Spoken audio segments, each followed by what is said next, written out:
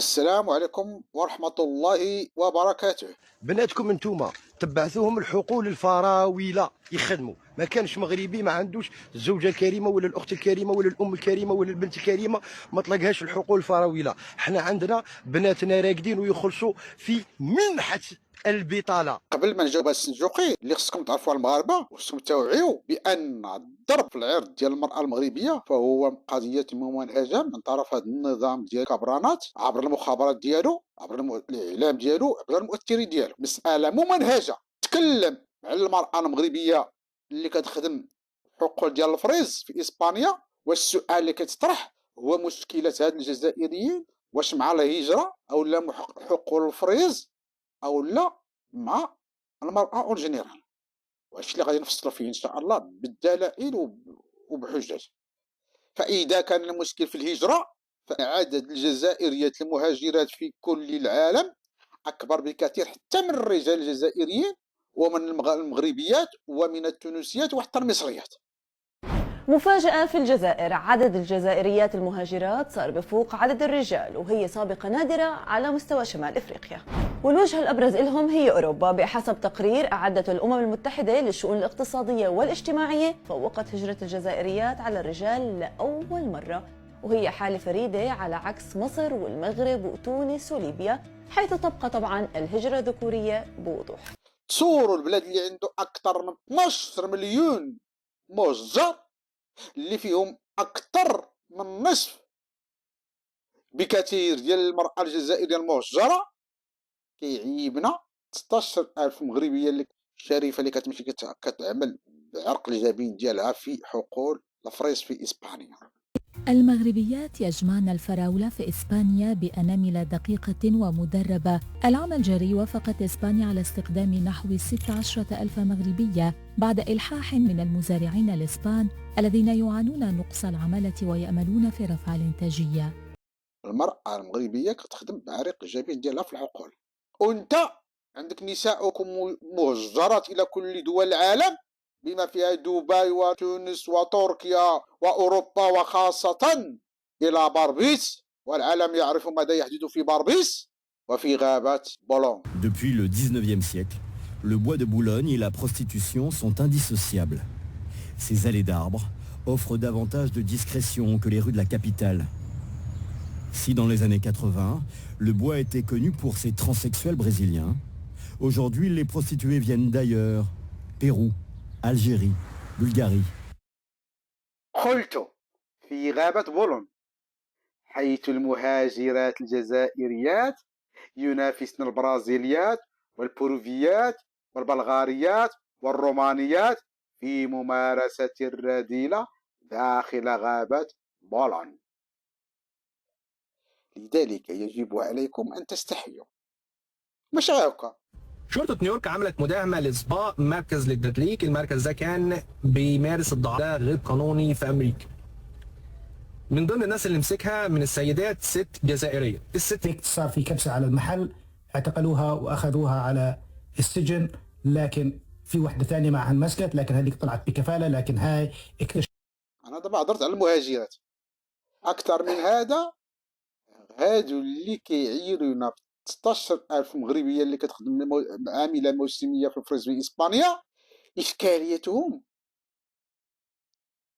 راه مع المرأة العاملة، لأنهما المرأة مجرد جسد ما كيحسبوهاش إنسانة كاملة لا تصلح للعمل لا في الحقول ولا في المعامل ولا في المصانع، وإنما تصلح للعمل في لما تفتحوا 8,000 بيت دعاء غير في العاصمة، 8,000 بيت دعاء. البلاد اللي كتعطي الرخصة ديال فتح بيوت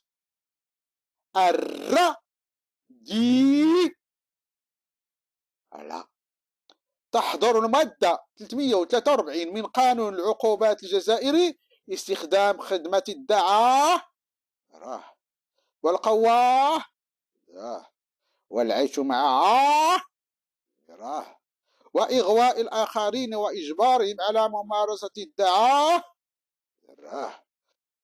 ومعظم الأنشطة ذات الصلة بها مجرمة إلا بعد طلب التماس أو الحصول على موافقة خطية من السلطات المعنية بالأمر. بالله عليكم اللي كتمشي مو ولا اختو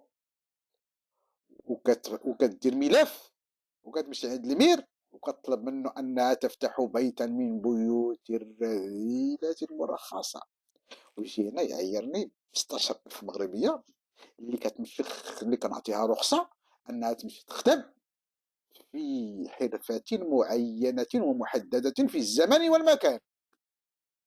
هذا هو إشكالهم. هنالك مسألتين. أولا هناك القضية ديال الضرب في العرض ديال المرأة، فهو مسألة ممنهجة من إيعاز ديال النظام. المسألة الثانية المرأة عندهم ليست بإنسانة كاملة ولا تصلح للعمل، وإنما هي مهمتها أو لا هي مخصصة أن تعتبر كجسدا لا يمكن لها أن تعمل إلا في بيوت إلا بجسدها، لا يمكن العمل إلا بجسدها.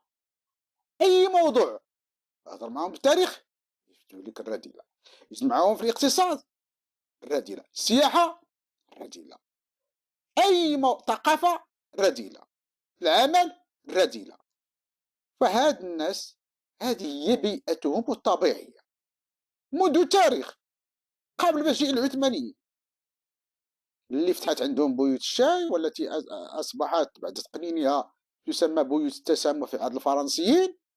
وذهب الفرنسيون واستمرت تلك البيوت مفتوحة إلى يومنا هذا وبرخصة حتى شملت جميع الولايات.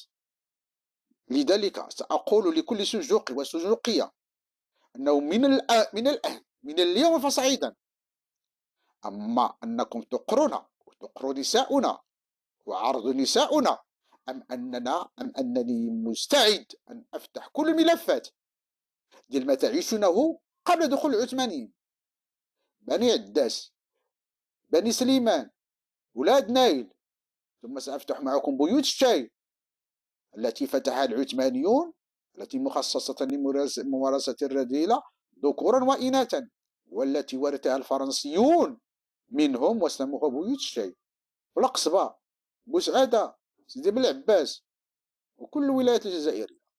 وبعد خروج فرنسا ما زالت مفتوحة إلى يوم وبرخصة، بل أكثر من هذا أنها شملت كل الولايات من أنيطة تندوف، بشار جازا، أوعين ترك، العقيد لطفي، السوسطرة، الرونجيش، القصبة، بوسعادة، سيدي بلعباس، المعسكري، سيدي مومن، كل الولايات. نستطيع أن نفتح كل هذا بدلائل وبفيديوهات وبمراجع تاريخية. سعيدون في سطركم، عاونونا نستركم، عاونونا نستركم، لأن البلد، لأن اللي عنده أقدم بيوت دار المصيبة الكحلة منذ قبل مجيء العثمانيين، والبلد العربي والإسلامي اون ديزون اللي عنده بيوت اللي المصيبة الكحلة كتفتح برخصة، أنكم خصكم تستحيوا أن تتكلموا عن النساء وتتهجموا على النساء المغربيات الشريفات.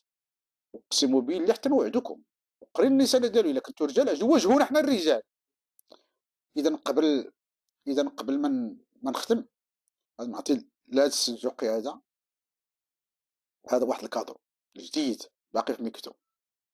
اسمع. عندما أشوف إلى الجزائر هل يمكنني أن أجعلك صديقتي؟ Yeah, of course.